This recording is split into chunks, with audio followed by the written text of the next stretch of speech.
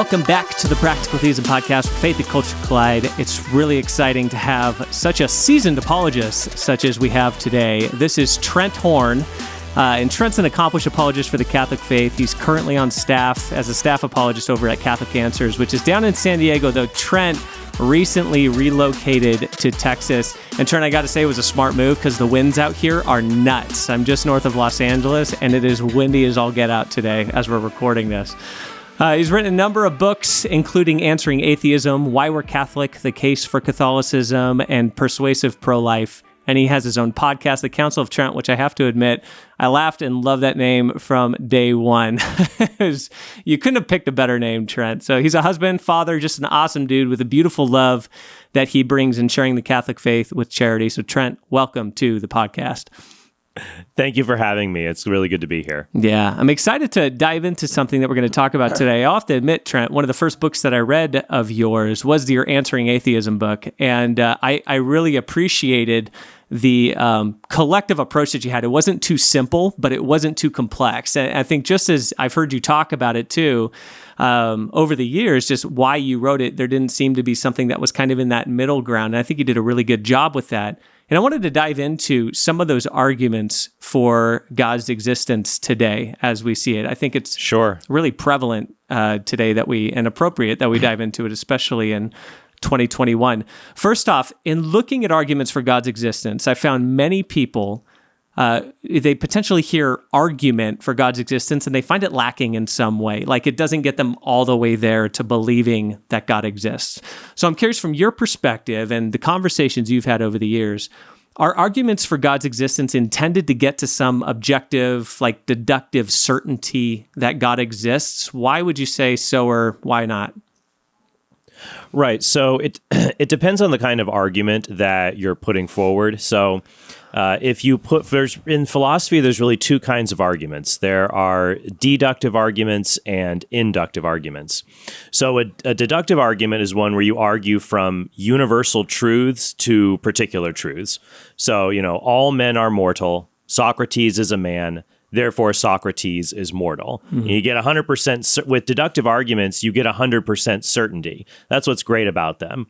The only downside with the deductive argument is that you only get that certainty if you're just as certain about the truths of the premises. Mm-hmm. So, now with the Socrates example, excuse me. With the Socrates example, we're really sure about those two premises. So the conclusion follows with, logical certainty. But many other arguments for the existence of God many of them, in fact, the majority of the ones that I use in my book are deductive in nature. Many atheists have problems. They say, well, it doesn't get me all the way there because I'm not 100% sold on this premise or that premise, or I'm not sure that the argument actually follows in the way you're putting forward. So that's one kind of argument for God. Another kind of argument for God that's not as common in my books or work, but is very common among philosophers of religion, are called inductive arguments for the existence of God. So an inductive argument starts from a particular and it reasons to a universal. All the cats we have seen are black. All the cats we've observed, or let's say all the swans we have observed are white. Therefore, all swans are white. Most reasoning we do with scientific reasoning is inductive. Of course, that leads to the problem of induction because you can't get 100% certainty with induction. Yeah. I've been to Australia, for example, and I've seen black swans face to face.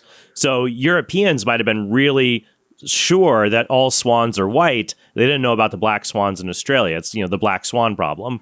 And so there are arguments that put forward that don't say, well, this argument proves God exists, but this evidence, this feature of the natural world is more likely or more expected if God did exist. These are inductive arguments. To compare them, deductive arguments are like the kind that maybe Thomas Aquinas would use, or even like William Lane Craig uses more deductive arguments like the Kalam argument. Mm-hmm. Inductive arguments are more like what the philosopher Richard Swinburne uses. He takes more of an inductive approach, saying that when you look at the world around us, all of the evidence makes God's existence more likely than less likely. Two different kinds of arguments. I prefer the deductive ones because they tend to be simpler to articulate and for people to wrap their heads around. But you're right, some people, it's also hard when you share these arguments especially if they're shared as proofs for the existence of God. Some people might say, oh, well, I don't think God exists after listening to this. I'm not moved in that way. Now, the Catholic Church teaches we can know God exists through reason, but people don't always reason correctly. I think another problem that happens here is what I might call Napoleon Dynamite syndrome. Did you ever see Napoleon Dynamite? Oh, yeah. Now, when that movie first came out, people told me, Trent, this is the funniest movie you'll ever see in your life. This is the funniest movie you will ever see in your life. I'm like, oh, wow, I'm ready. And then I go and see it, and I'm like, it was funny, I guess. Yeah. It's not the funniest movie. So if you hype it up too much, like, this proves beyond a doubt God exists, and then someone sees it, it's like, oh, maybe. So I like to think of the proofs and arguments as signposts or things that make God more credible. Thomas Aquinas even referred to his 5 ways. He called them ways. Yes. These are ways to God. And I don't think they will intellectually overpower people, but when people give them a fair shake, they have a serious prospect of leading someone through reason to the existence of God. Yeah, I was going to point that out too with Thomas Aquinas. He comes to mind. Obviously, I think a lot of theistic philosophers or just theists in general, when they start diving into arguments for God's existence, a lot go to Aquinas, right? They go to the contingency argument, and they're put forward as kind of deductive, but he himself refers to them as paths. And it kind of gets at a really interesting thought about God. Well, it's not, they're paths to God. They're an opportunity to encounter, but they're not exclusive, as if like God's a genie in a bottle that there's only one way to rub the lamp and you get to encounter the genie, right? God's a bit more broad than what our mind would have us understand, right? And actually, there is a newer book by a really good philosopher of religion named C. Stephen Evans that takes this kind of approach. It's called Natural Signs and Knowledge of God, a New Look at Theistic Arguments. And he talks about them as signs to God rather than these kind of overwhelming proofs. So that's another more recent look at that issue. Awesome. Well, you know what? Let's dive into 3 arguments. I thought it'd be really good to dive into 3 arguments, some that you feel are maybe more effective and some that are probably a little bit less effective. And obviously some of your apologetic work in communicating with atheists and agnostics or people that are struggling with this question of does God exist? So let's start from the kind of bottom from your perspective, just in terms of what you feel has, it's got some weight, but it doesn't get somebody really their brain turning in the way that you would think. The least effective argument for God's existence, what would you say that argument would be from your perspective? Right. Right. And I would say that this is my perspective. I think people are allowed to have many different perspectives on these arguments. I would say for anyone, the most effective argument is the argument that moves you to believe that God exists. And for different people, those are going to be different kinds of arguments. Now, with that said, in my experience of engaging atheists or from speaking to people who have left atheism and come to believe in God and believe in the Christian faith, there are tends to be a similar kinds of arguments that move them, and other kinds of arguments that I've rarely heard affect anyone. So that, I think, allows me to have a credible opinion on which arguments are less effective and which arguments are more effective. Yeah. Now, where to pick the arguments? There's actually a lot of different arguments that are out there. A nice survey can be found in Peter Kraft and Ronald Ticelli's essay, 20 Proofs for the Existence of God. That's a part of their handbook of Christian apologetics. You can find it at peterkraft.com.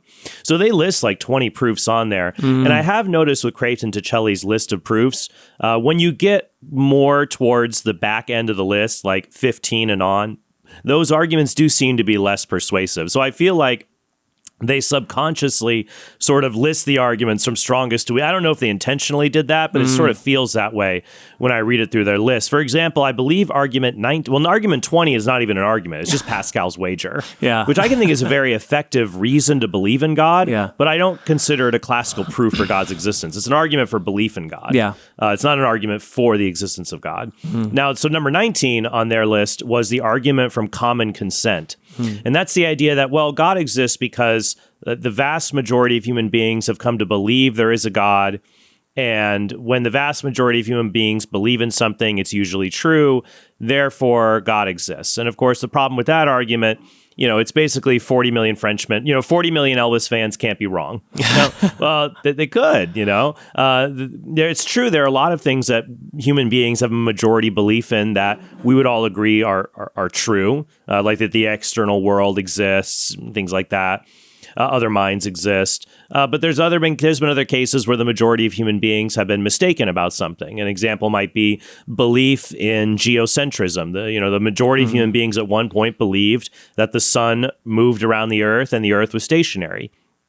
And so they were wrong about that. To Kreeft and Ticelli's credit, they do attempt to answer this objection. They say, well, the majority of human beings were wrong about heliocentrism, but they experienced the sun, the earth, and motion. They just misattributed the motion. Though I think an atheist could fire back and say, you're right. A majority of people experience something they call God. They just misattribute its source from being an actual God to some kind of internal element of their being.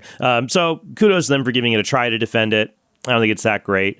And there are others, of course, that I would consider in this kind of lower tier of less effective. I don't know if you wanted to discuss those. Yeah, I'm kind of curious. So from your perspective, obviously you have that kind of a groupthink idea, right?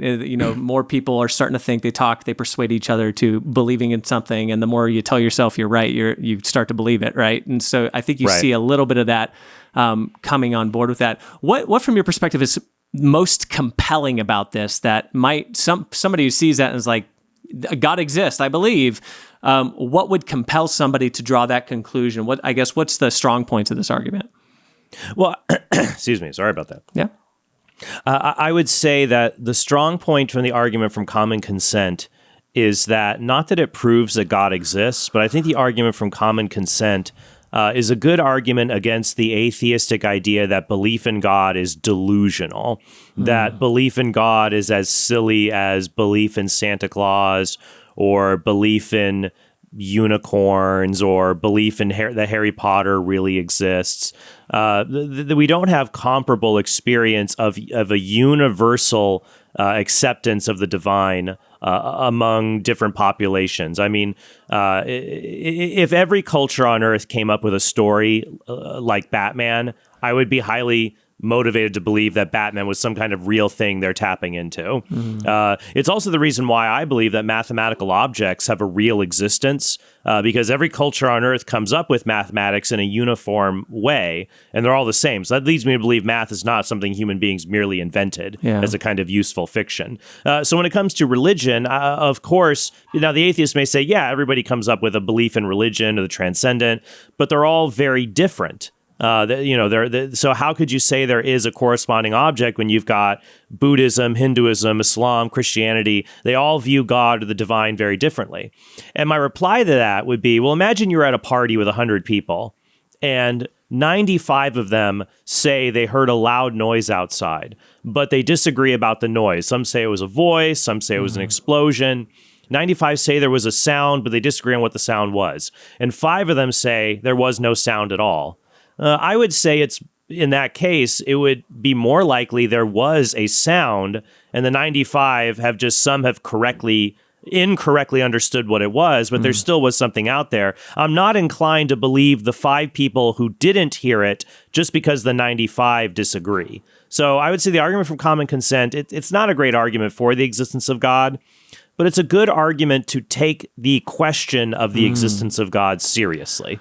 Yeah, that's good insight. And it obviously directs you down a path of, okay, maybe this deserves some further investigation at a minimum. You look at everybody, all the different religions who believe in some level of some form of a deity, while they disagree on what that deity may or may not be. It at least prompts an investigation further, which would potentially take you into maybe a mid-level argument. So let's move into that area and that arena, Trent. What would you say is a good kind of next level argument that is often levied to show God's existence?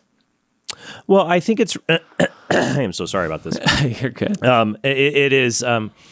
I think that for me, it would be a tie between the moral argument for the existence of God and the Kalam cosmological argument for the existence of God. And that was what I would call mid-tier. So the lower tier arguments, I would say I've never tied up with them would be the common consent argument and the ontological argument. God exists by definition because of what God is. It's a fascinating argument, but I've never really heard of anyone converting to believe in God because of it. Now, the mid-tier arguments, I have heard of many people converting and coming to believe in God through these arguments, through the belief that there is a universal moral law that can only be explained by a universal moral lawgiver. Yeah. And the belief that the universe began to exist at a finite point in the past, and therefore the universe had a cause for its existence. That would be the Kalam cosmological argument. Now, I would say these two arguments, I give them the rank of mid-level because on their positive side, or the pros, they're easy to articulate. They have a lot of persuasive power. And they're easy for a lot of people to wrap their heads around. I think that's why C.S. Lewis, who was a wonderful communicator, chose in his book Mere Christianity, he eschewed cosmological arguments for the existence of God and focused on a moral argument for a universal moral law, because people can wrap their heads around that when other high-level philosophy can be difficult to grasp.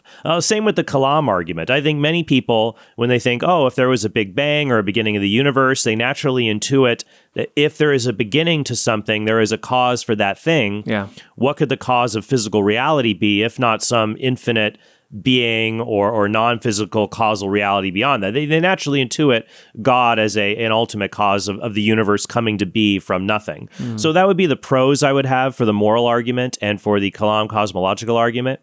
The cons I would have for those arguments would be that they've almost become so popular that atheists kind of have this familiarity with them that breeds contempt. Like, oh yeah, I heard that one, but it's been refuted. And you've got, oh my goodness, you've got probably thousands of hours of content on YouTube for both of those arguments. Yep.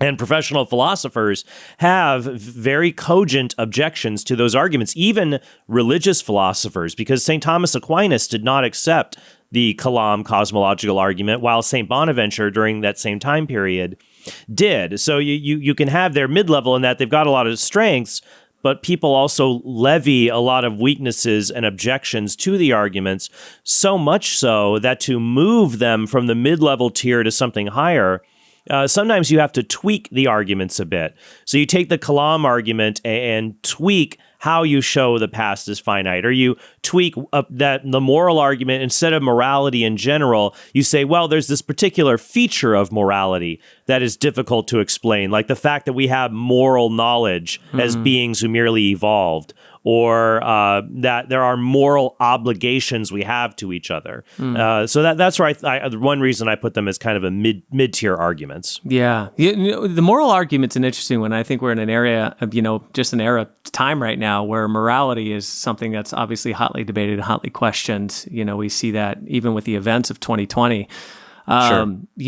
So to somebody, because I've gotten in discussions with people about this particular aspect, and the relativist moral compass kind of comes out, where it's, the morality is it's something that has been born out of a necessity as culture has advanced, right? This idea that, right. It's utilitarian ethics, ultimately, ethical codes and conducts for the thriving of humanity that has somehow been perceived to be good. And so that's just an evolution, a natural progression of how humans have just kind of evolved into this greatest good for the greatest number.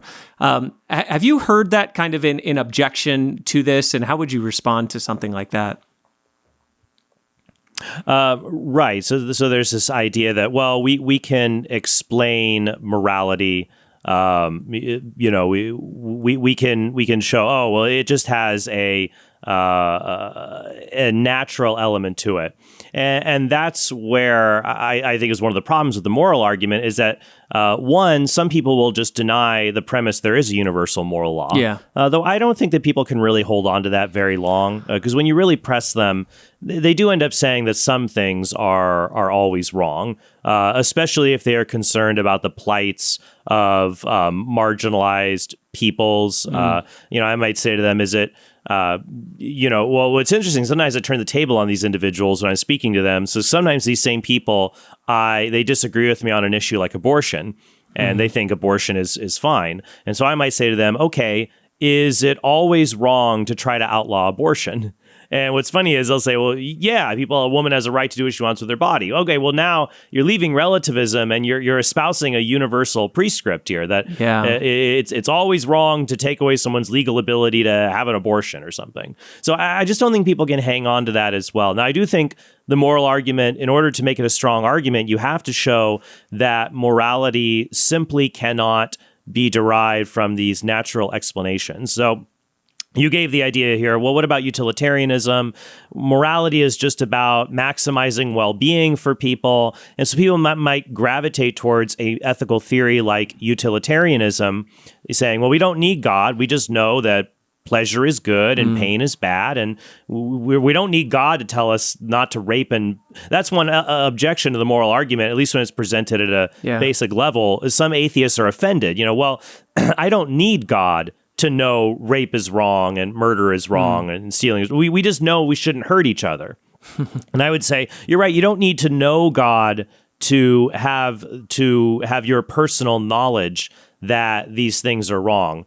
Just like a indigenous person does not have to have knowledge of the respiratory system in order to breathe. He just naturally is able to breathe. He doesn't have to know how the respiratory system works to act on the instinct to breathe. Just like you and I don't have to know the ultimate foundation of morality to act on moral instincts we have that certain actions are wrong. The question is, how do we know some instincts are good and other instincts are bad?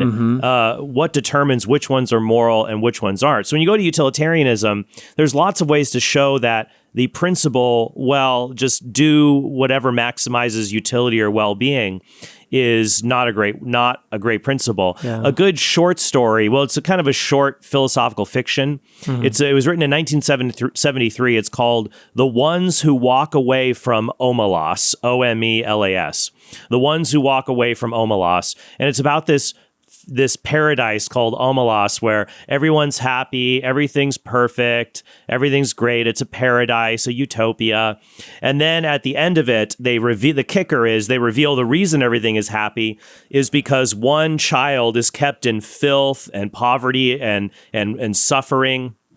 And one child is basically tortured in this way and kept in this way in the dark, and it's an awful, horrible thing. This one child suffers so that everybody else in Omelas can be perfectly happy. And by utilitarianism, if all other things being considered, if that generates the most happiness, that would be the right thing to do. But the short story is an interesting way to, and it talks about at the end about the people who walk away, that some people, when they see the child, they say, oh, well, that's sad, but that's what we need to make this place a paradise, so it all works out. But then others are not willing to accept that, and they are the ones who walk away. So it's short. It could take you about 15 minutes to read. It's by Ursula Le Guin.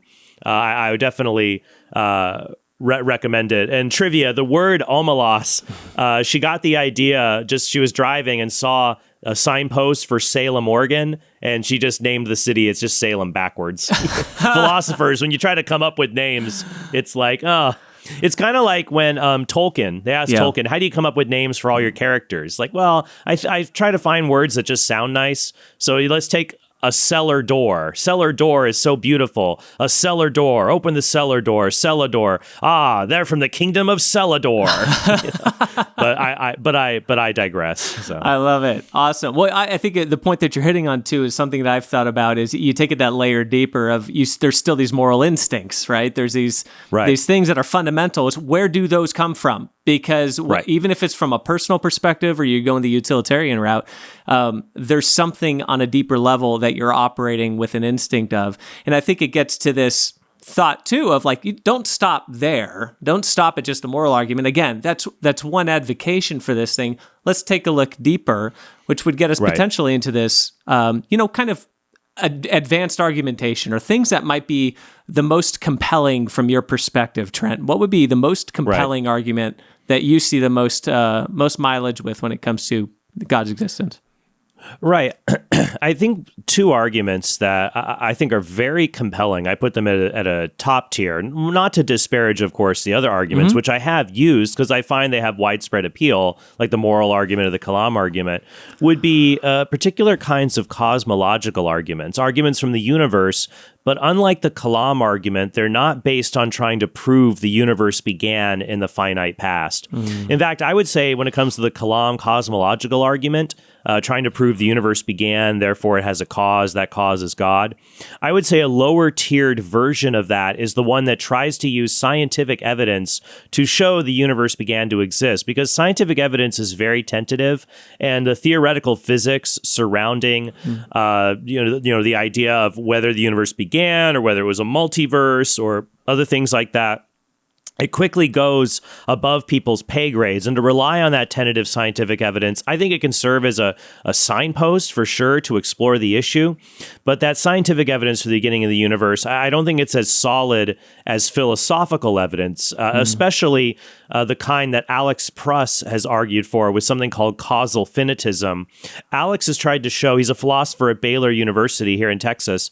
He has shown, I believe, that causal chains cannot be infinite in length. And if that is true, then the causal chains that make up the past of the universe could not be infinite, and so the past cannot be infinite. But so we're getting into philosophical arguments, but even here, people object to those arguments, like St. Thomas Aquinas did, by trying to say that, well, no, you can't philosophically prove that it's impossible for the past to be infinite.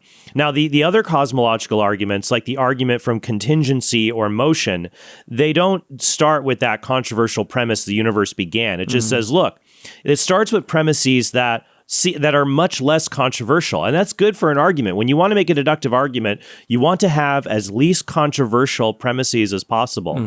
So the argument from contingency says, hey, things exist. Well, that's pretty obvious. And then the next thing is, things could have been different. And we all have very deep intuitions that things could have been different. We get mad when somebody doesn't invite us to lunch. When someone at the office didn't ask us what we wanted at lunch. Imagine if they said, well, it couldn't have been different anyways. Yeah. Everything is necessary. Well, no, we have this sense that, oh, things could have been different. Why are things the way they could be? Yeah, there is stuff now. There could have been less stuff, or could there have been nothing? That goes to the age-old question, why is there something rather than nothing? Yeah. And so you're right. That's a big question. The argument from motion asks the question, not only is there something, but it's moving and changing. That seems obvious, but how does it change? Like, how is that possible that something could be one thing and then become another thing? How does it change? It can't change itself, because that seems like a contradiction, just like it'd be a contradiction to create yourself. It must be changed by something else. Then here, that argument from infinity, it's easier to apply that infinite changers or infinite contingent things don't explain the whole series. So a pro here is that, a few pros. Number one, they at least start out with premises that are not that controversial.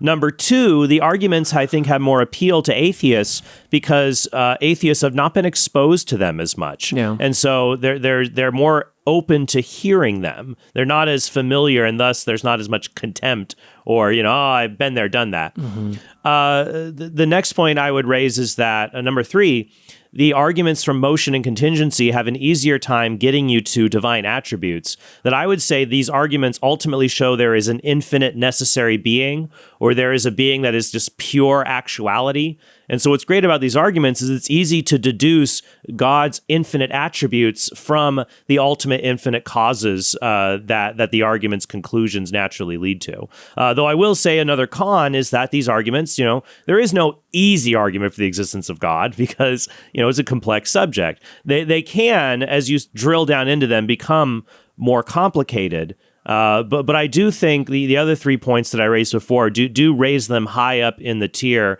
and I've enjoyed sharing them with others. That's why I made a contingency argument and the argument from motion one of my key arguments in a debate I recently had with Alex O'Connor, the cosmic skeptic. Yeah. And I thought that debate went over very well. In fact, Alex didn't even touch my argument for motion and barely interacted with the contingency argument. So I think they're quite powerful arguments. Yeah, I saw the debate. That was great. It was good to see, obviously, him being of his renown in kind of the atheist world, atheist thought, and have him articulated against those arguments. For contingency and everything, and even motion, they kind of stem from this similar foundation, right? This causal chain of events, potentially.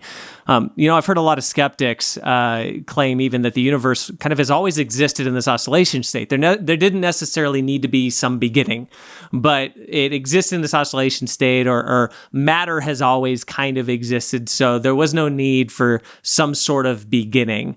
What would your, I guess, response be to that? Is there any kind of validity to that? Well, I think there's two ways to go about it. You could attempt to show that there does need to be a beginning by taking arguments that show an infinite past leads to contradictions. You could take that route with the person, but if you don't feel like it, you could say, well, and that's what Thomas Aquinas does in his 5 ways. He says, look, let's suppose, for the sake of the argument, the universe has always existed. We would still have a lot of questions. Imagine if I said to you, hey, look at this spoon. It's a pretty interesting spoon, right? Did you know this spoon has always existed? This has existed for all eternity, this particular spoon. And I'm sure you'd have other questions like, well, why? Yeah. Or how? Or why is it a spoon instead of a fork? It wouldn't really be compelling if I said, why are you asking that? It's always existed. So there's no other questions we have to ask. And we could say the same thing for the universe, that this universe, even if it's always existed, some people may say, well, the different things in it haven't always existed, but the fundamental particles have always existed. But even there, I was reading an article recently on particle physics, and they asked different physicists the question, what is a particle? And they couldn't give they didn't give a uniform answer.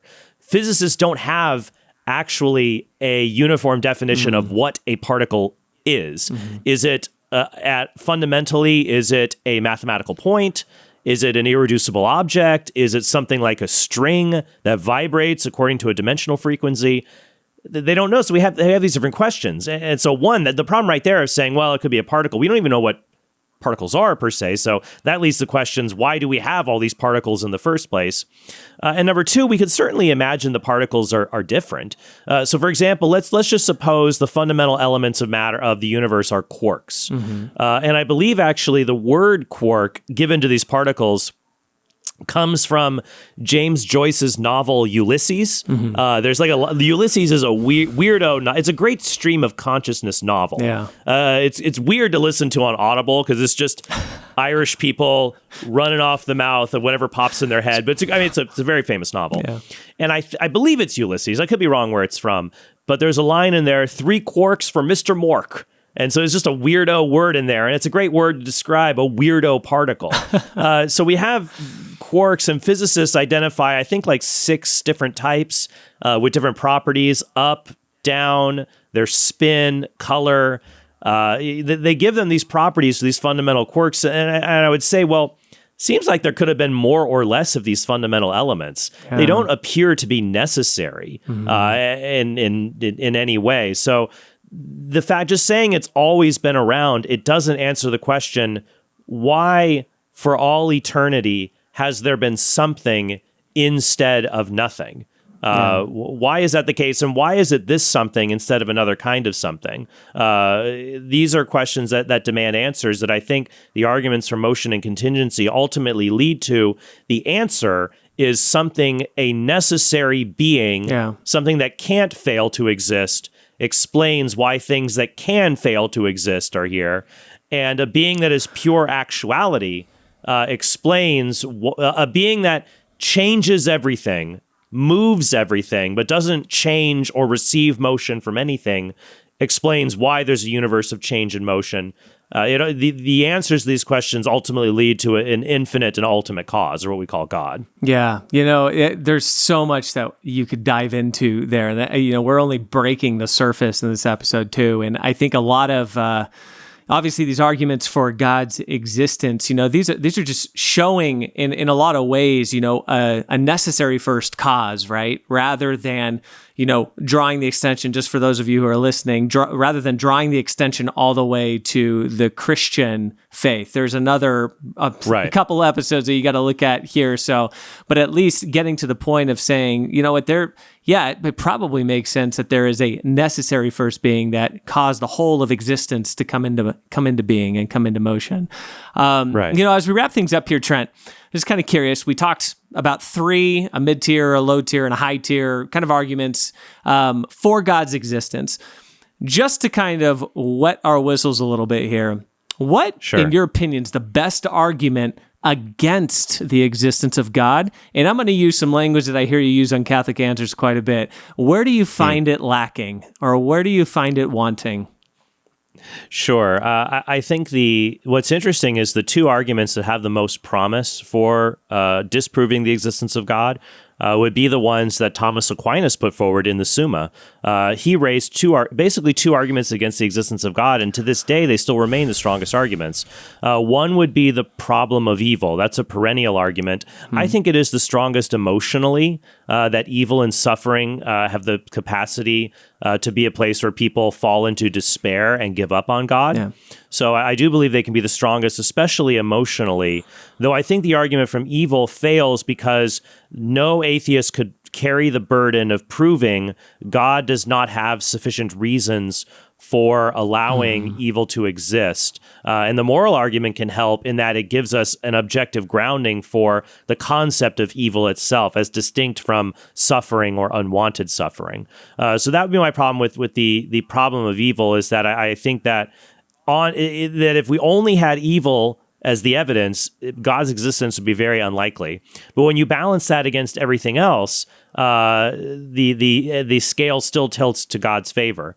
The other one would just be, this would be probably like what Graham Oppy has put forward. He's probably one of the best atheists out there today, as basically saying that, and this Aquinas also mentioned this argument too, that God is an unnecessary hypothesis. He becomes redundant, that there are simpler explanations for reality that don't require an appeal to the supernatural, and we should go with those simpler explanations. And so imagine we can hypothesize a simple, fundamental element of reality that explains everything, but does not have divine attributes. And so that can supplant God. Now, ultimately, I don't think these arguments work because you can't get this ultimate element of reality to be something that is not the traditional concept of God. But they have promise for sure in that regard. So I would say those two arguments, the problem from evil and the attempt to make naturalism the simplest, or in jargon terms, most parsimonious explanation. But I think the arguments for God, when they are all put together, do stand to be convincing alternatives to these atheistic arguments. Awesome. Trent, well, this has been awesome having you on the podcast. I really appreciate you taking the time. Where can our listeners find out more about you and get to see more of your work? Sure. I would recommend they could check out my podcast, The Council of Trent. That's available on iTunes and Google Play. They can become premium subscribers at TrentHornPodcast.com. My books are available at online book retailers. When it comes to the existence of God, I have my book, Answering Atheism. If you'd like a book to give away to an atheist to explain Catholicism, the best book out there would probably be my book, Why We're Catholic, because I wrote it for non-Catholics. If you'd like to dive into the topic of atheism, some great books on this subject. Answering Atheism would be a start. If you want to go deeper, I would recommend Ed Fazer's book, 5 Proofs. The Blackwell Companion to Natural Theology is a hefty book, but it does cover a lot of these arguments. It's a bit more of an advanced reader. I think there's a few other books out by Ignatius Press, one called Who Designed the Designer? That is another good one in that regard. Lots of great stuff. Also, if you want to go deep on understanding atheism for and against, my friend John DeRosa has a great podcast called the Classical Theism Podcast that I would recommend. Awesome. And we'll definitely have some links down below, so check those out so you can go check out all of Trent's content. Trent, this is awesome. Thanks so much for joining us. No problem. Thank you very much. And for everybody listening, definitely hit that like button and give that subscribe button a little pound. Ring that little bell if you're here on YouTube so you can continue to get more of this awesome content from the Practical Theism podcast. If you're on iTunes or any other audio areas where you're listening to the podcast, definitely share it around, leave us some reviews so we can continue to get this podcast in front of even more people. And until next time, we'll talk to you soon.